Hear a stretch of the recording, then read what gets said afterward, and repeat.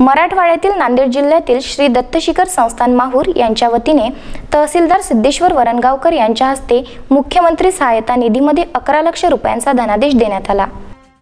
Corona विषाणूंच्या प्रादुर्भावामुळे अनेक सामाजिक संघटना, देवालये, मंदिरे, मस्जिद यामधून सुद्धा मुख्यमंत्री सहायता निधी व पंतप्रधान सहायता निधी यांच्याकडे मदतीचा ओघ वाढत आहे।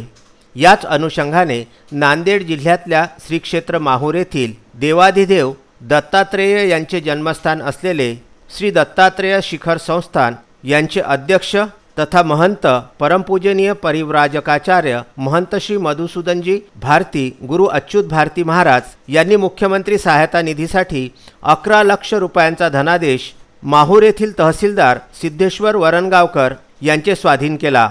यावेळी श्री दत्तात्रेय शिखर संस्थानचे व्यवस्थापक तसेच भागवत मस्के, यशवंत जाधव आणि इतर कर्मचारी उपस्थित होते। सामाजिक दायित्वाची भावना मंदिरे, देवालये, मस्जिद, चर्च यांच्याकडून सुद्धा जोपासली जात आहे, याचेच हे मूर्तिमंत प्रतीक। विदर्भ न्यूज करिता माहूर येथून संजय घोगरे व राजू दराडे यांचा हा वृत्तांत।